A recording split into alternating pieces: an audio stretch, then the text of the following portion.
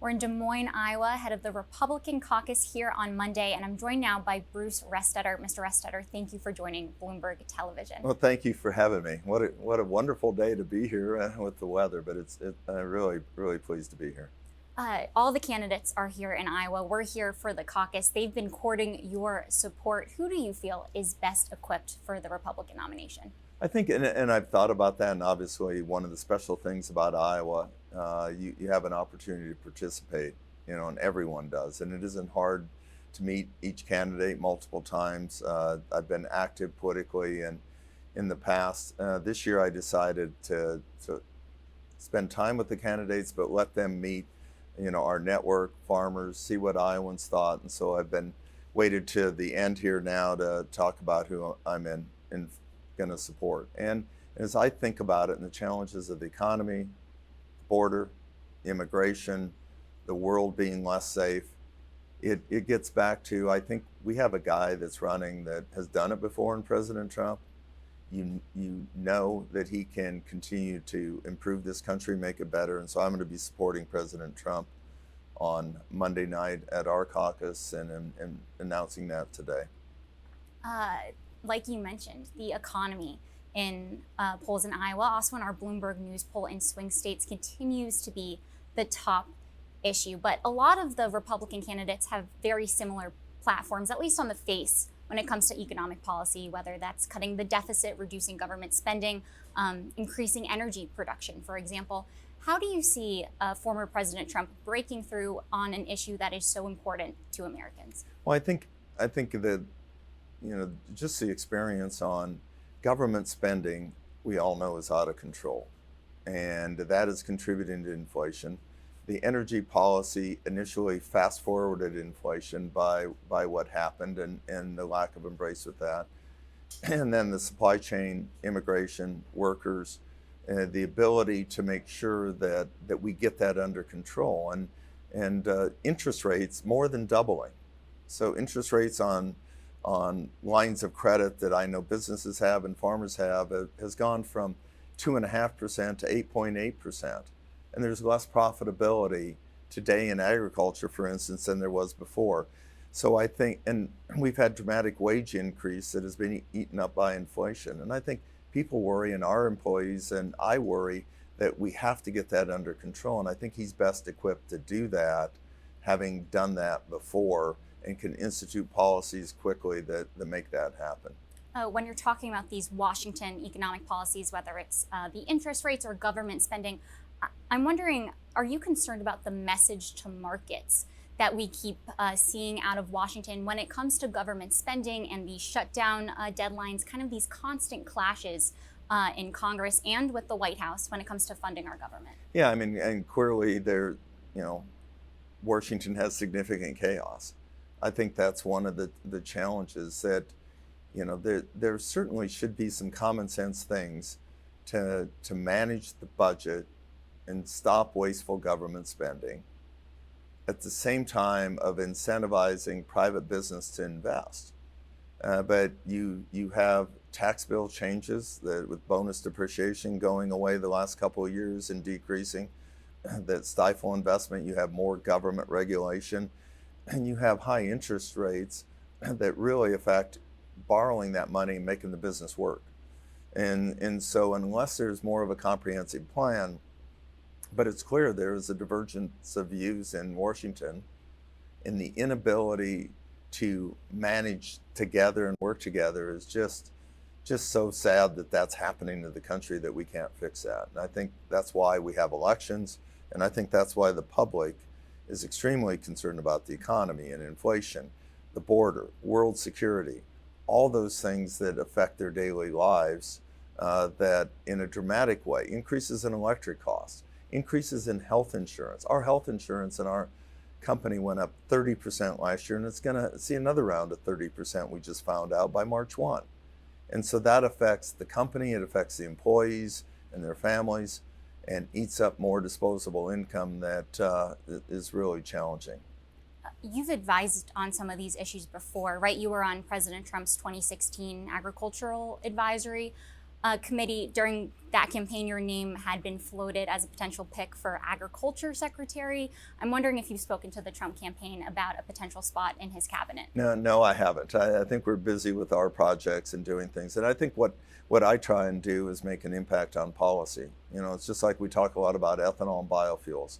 There is still people, the misinformation that think ethanol is being subsidized. It is not.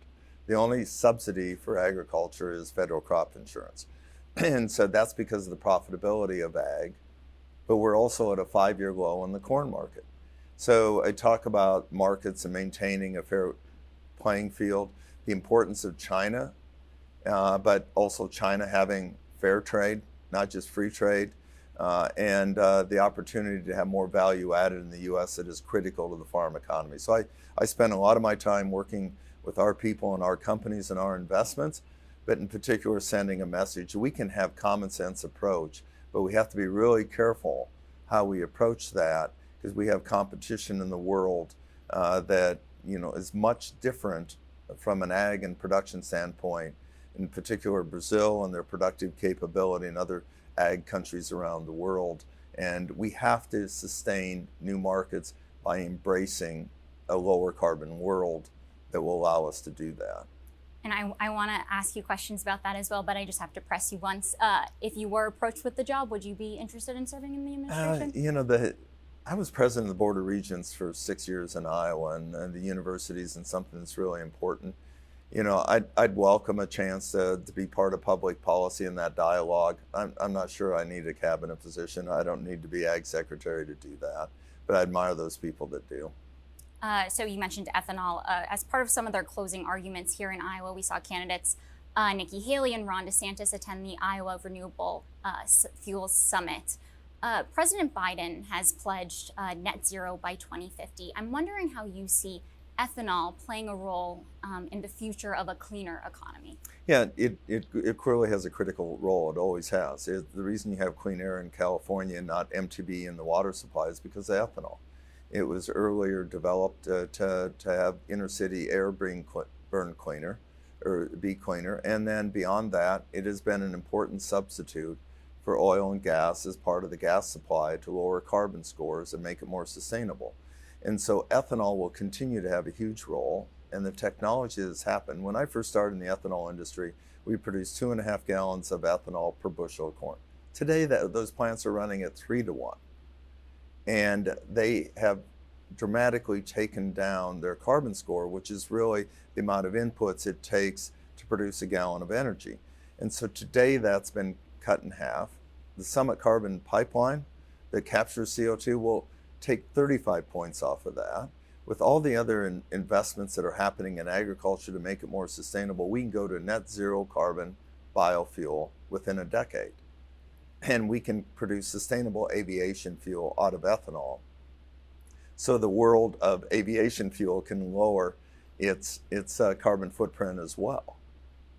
Significant updates to the carbon capture tax credits was a Biden administration era development. Is this a place where you see daylight for bipartisanship?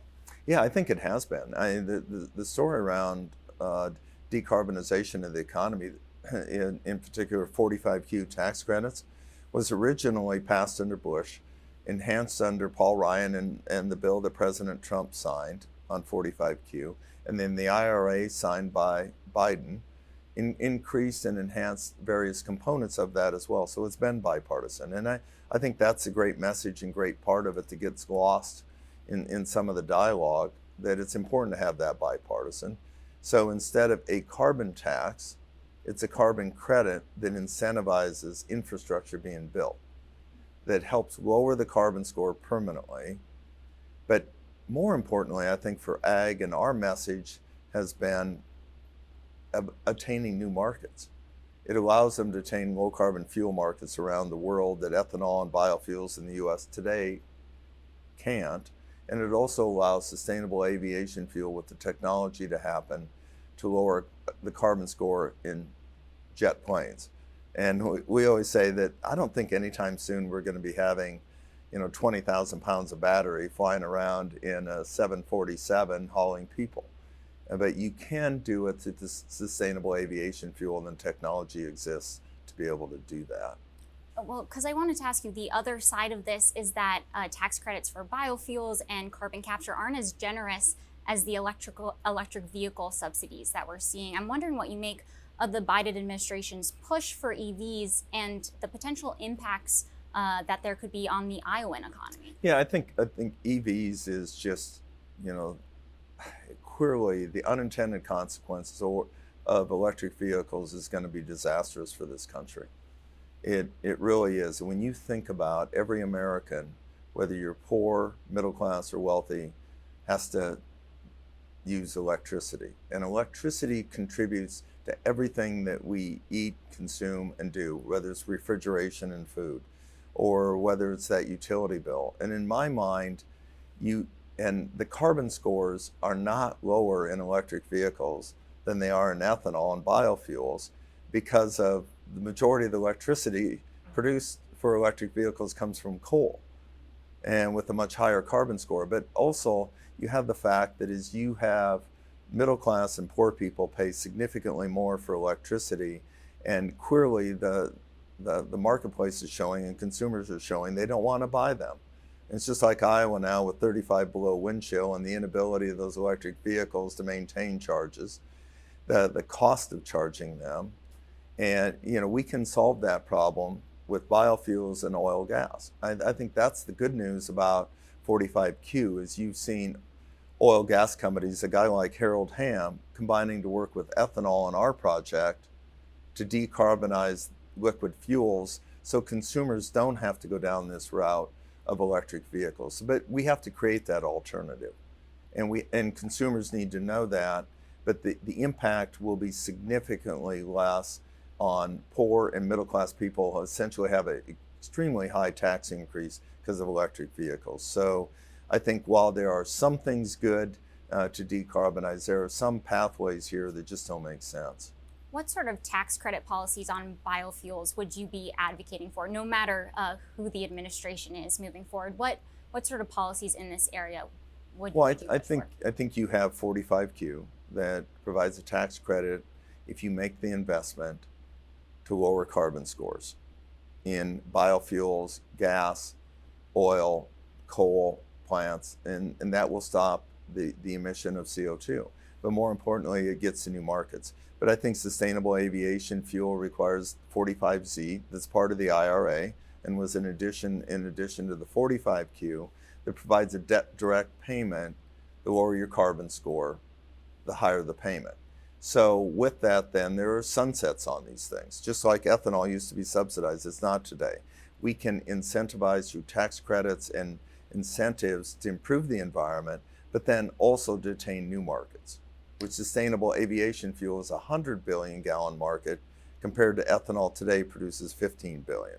So and with that, then you will have oil, gas, biofuels work together, and agriculture work together to lower your carbon score, improve the environment, and produce a sustainable product that consumers want around the world.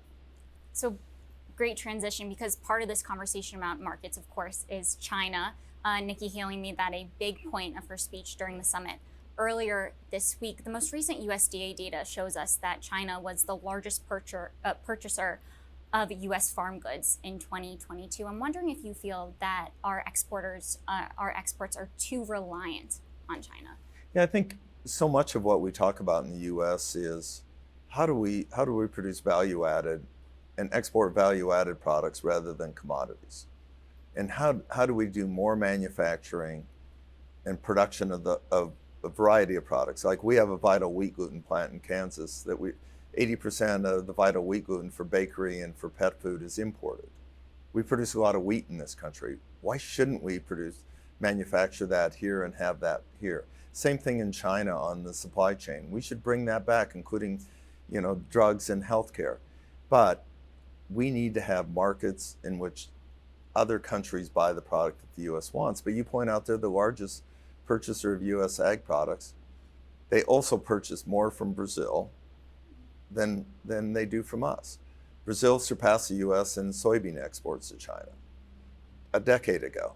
They surpassed the U.S. in corn exports this year. which is one of the reasons why you have low corn prices at a 5-year low, because we produce more every year. So we need to be able to develop those markets that consumers around the world are marketing and ship them jet fuel rather than shipping them corn. And so to me, our US economy, the job creation here will be significantly better if we do that. And some of these government tax credits to incentivize that industry there for a short period of time are just critical to see that happen here rather than elsewhere. You've spoken to former President Trump about China. I'm wondering what you've advised him on, any specific policies that you've seen him evolve in his campaign. Yeah, I think I've spoken to all the candidates about that because it's just critical to Iowa. And some of the candidates have wanted to just go cold turkey on exporting to China. You can't do that. We shouldn't do that. But should we have a level playing field? Should we insist on fair trading practices? Should we insist that they don't steal intellectual property? Should we find ways that through that fair trade to bring value-added manufacturing jobs back to the U.S.? We should, and we should incentivize those things. But we have to be very careful on the China policy that we just not say, you know what, we don't need to ship to them, they can supply from Brazil, when 6 out of 10 rows of Iowa soybeans go to China. And that market has taken decades to develop. And so we need to be cognizant of that, but they need to be part of the World Trade Organization on how normal people do trade and fair trade. And that's been a problem from the very beginning with China. I know you mentioned this in our conversation earlier, but just your take on tariffs, because of course, during those trade wars, farmers got historic bailouts from the Trump administration. I'm wondering where your stance falls on tariffs, and if there was a Trump administration, what would you like to see done in that particular area? I think tariffs need to be very carefully thought through. And I think in the last Trump administration, when there was tariffs on China, there was the counter subsidies that substituted for when that market went away that was paid to farmers directly when that tariff was in place. And so while that makes sense for a period of time, if you can fundamentally change into a more fair trade market, fine. But I think that has to be carefully dealt with and not disruptive. And tariffs around the world that have protectionists for their industries long-term make it a very complicated government policies that none of us investing in business, can determine what the future looks like. And it's hard to invest money and risk capital if you have uncertainty. And that tariffs certainly invoke a period of uncertainty then of, will they have a counter tariff on us? Will they buy products somewhere else rather than us? And then you lose that market before. Over time, from Jimmy Carter on, we've seen how tariffs and have worked and harmed the farm economy. And so, you can't use that as a weapon, but it certainly needs to be talked about in terms of making a fair trade. Shifting gears slightly, I wanted to ask you about ESG. Some of the candidates here, like Ron DeSantis, have said that ESG could be harmful for farming. He pointed out the meat industry, for example, which I know you have a background in. What's your take on ESG and the future of agriculture? I think growing up on a farm, and a small farm, I've never thought about it as ESG. I've thought about it as, how do you produce more with less? So how do you get more efficient in everything you produce? And you do that because that is the way you make more money. So the pork production, you go from a 4-to-1 feed conversion to 2.5-to-1, which means instead of 4 pounds of grain, it's 2.5 pounds of grain. It lowers the cost to consumer. You're more competitive in the market. We produce twice as much corn on a per acre on the same farm, family farm I grew up on, than we did when I was in high school. And so on that 1 acre, we produce 260 bushel corn instead of 130 bushel corn. That's producing more with less, which is more sustainable, more efficient. But today's world, they call it carbon reduction or ESG. As long as it's done for those reasons, it does improve the environment. But one has to be careful with the ESG that you just not use the coin phrase, that you feel good about it, and it increases costs to consumers. And I think electric vehicles are an example of that.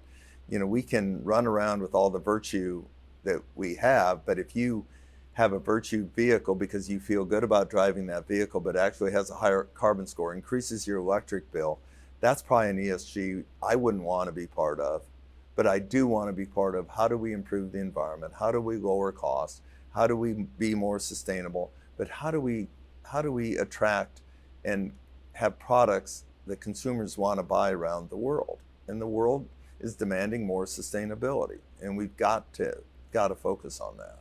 A theme in this conversation we're having, and in many that I've watched of yours, is that you've said that the only constant is change in agriculture. So I wanted to ask you about artificial intelligence and how we might see AI impact the ag sector moving forward. Yeah, I think technology and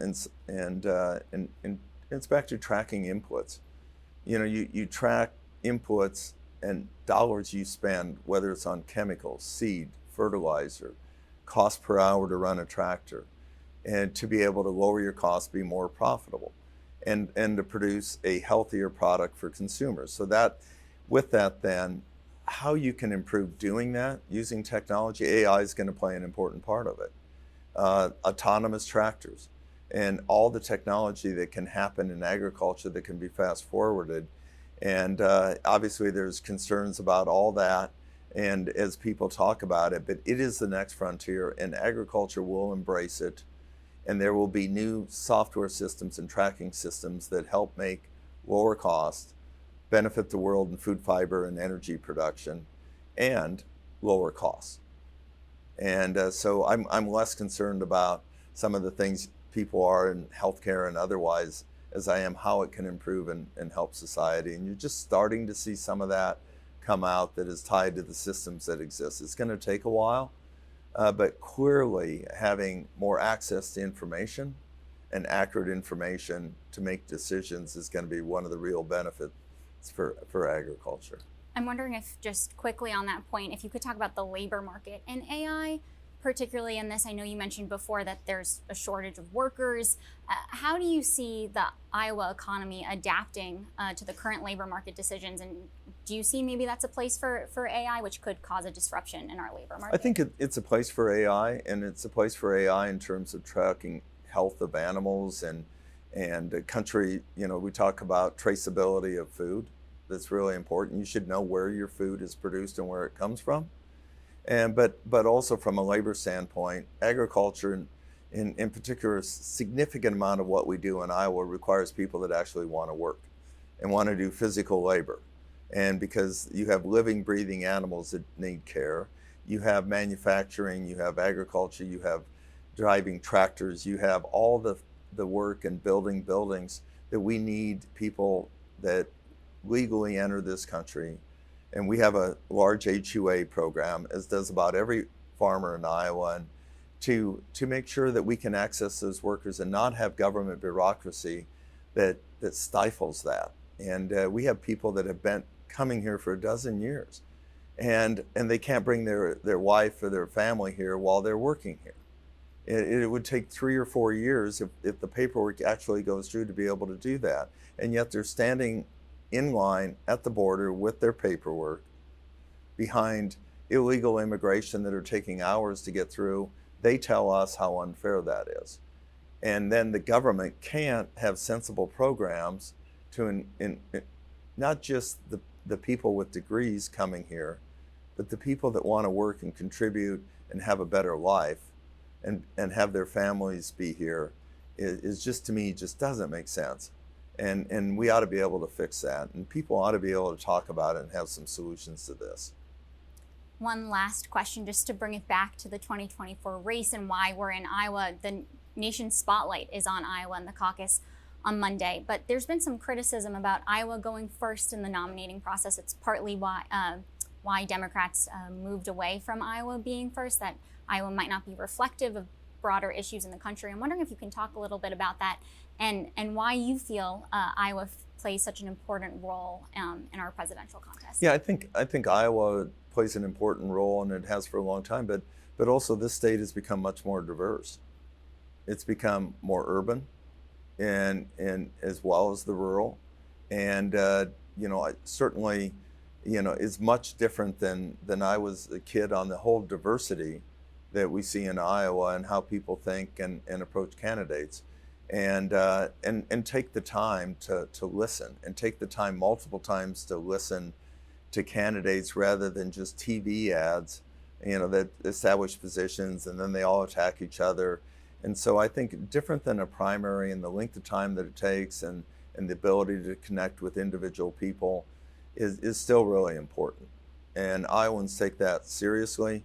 They go and if you don't have to try real hard to go to multiple meetings and events that candidates have, and hear if they're saying the same thing every time, or if it's changing, why it's changing. You have an opportunity to ask them, why do you think the way you are?